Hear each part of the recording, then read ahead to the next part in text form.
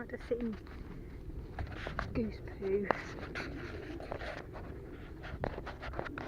So that was pretty cool.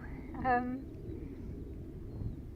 think I might have said it in the video earlier, but I'm on a bit of a groans day today, and my stomach wasn't really playing ball this morning, and I think I was probably feeling a bit anxious about having swum in the open water before and not having water wetsuits, and it was being really hot, and my brain was just coming up with every single excuse to not do it really, and I was very, very close to pulling out.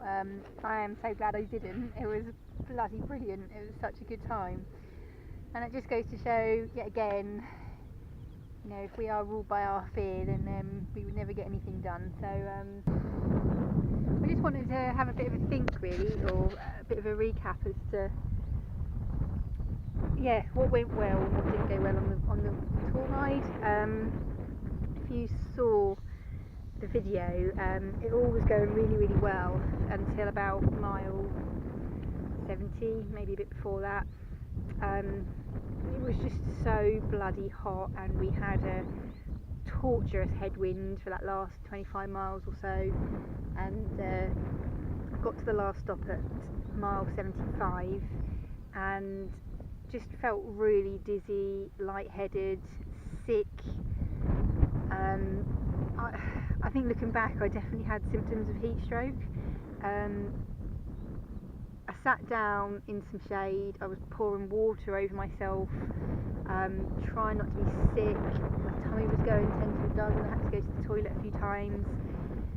And I honestly didn't think I was going to make it home. I was starting to have a panic attack.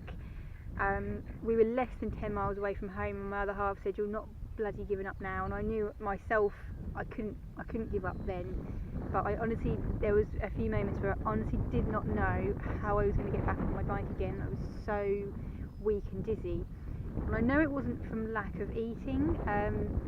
We've been practicing this on our long rides in training, by just getting my Cliff Bars and, you know, my fruity things, everything in a bag, chopped up, so that I can just grab a handful every 15 minutes.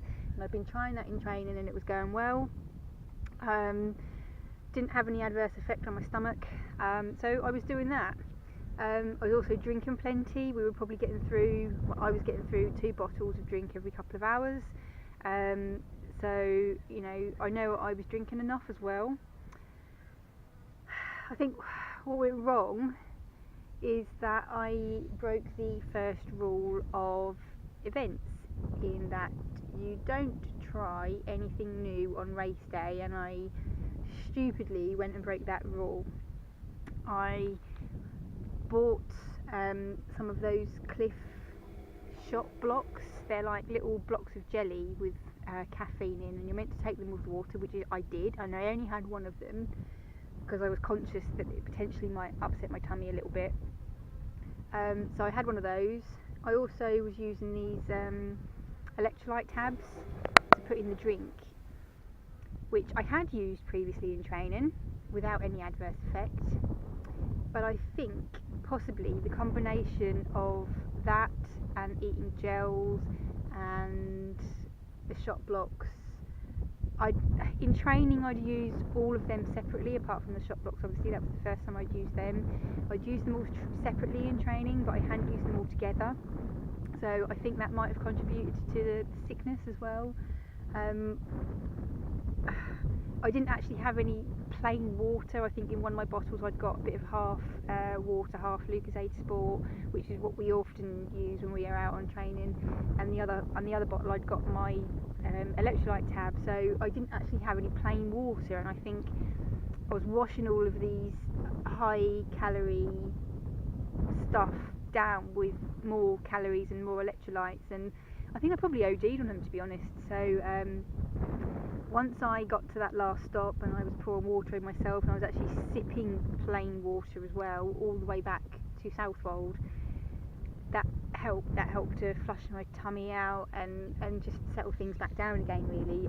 So as I say, I don't think it was a lack of food, I don't think it was a lack of drink. I think actually it was it was the type of food that I was eating, and the fact that I had broken that all important rule of not trying anything new on race day. So that, I think, is where I went wrong. But I know now. It has worried me a little bit with the heat. I've always been a sun worshipper. I've always loved the heat. I have always complained every time that it's under 20 degrees. I've almost, with the anxiety and feeling that panic attack at the weekend coming on, it's put me off cycling in the heat, and I know it shouldn't, and I know it'll be fine, because I've actually got, I mentioned at the end of the last video that my next event was in August at Martin Plassey, which was total bollocks basically.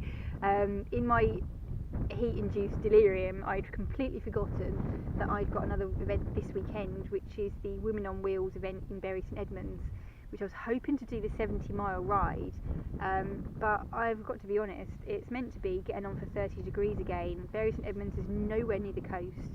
It's going to be really bloody hot, and I just don't want another repeat of the heat stroke again, so that's really put me off. I am doing the 50, which might seem not very far now in relation to what I've been doing recently, and I know the fundraising campaign I'm doing for Crohn's and colitis is meant to be all about firsts for me.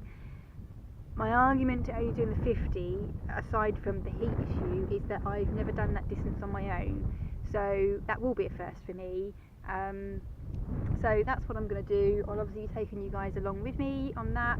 I may be meeting up with one of my fellow ambassadors, if we can sort that out, and then we'll do that. But yeah, I just wanted to sort of just, I don't know, I suppose capture that really in terms of lessons learned for people, that you know, not to break that all important rule really of not changing your nutrition plan up on the day. Go with what you've tried and tested. Test all this stuff out in your training rides, not on the day of the event itself. And don't underestimate the power of good old plain water, probably. So I think that's probably about it. I'm going to get going now. I'm covered in sand and God knows what else is in that water, and get home and have a shower, and then start editing this video, which I can't wait to see the footage for. So there's been some good exposure for This Girl Can today. This park here, apologies if I said it earlier, this is not actually open to the public today. It opens tomorrow, so this was by VIP invite only. They approached This Girl Can Suffolk, offered us a few VIP tickets, which we graciously accepted, and yeah, so a few fellow nutters and I came along and did the course. So a few slides, a bit of a pillow effect where you jump onto the pillow and bounce somebody else who's really on it off, and yeah, it was just really, really good fun.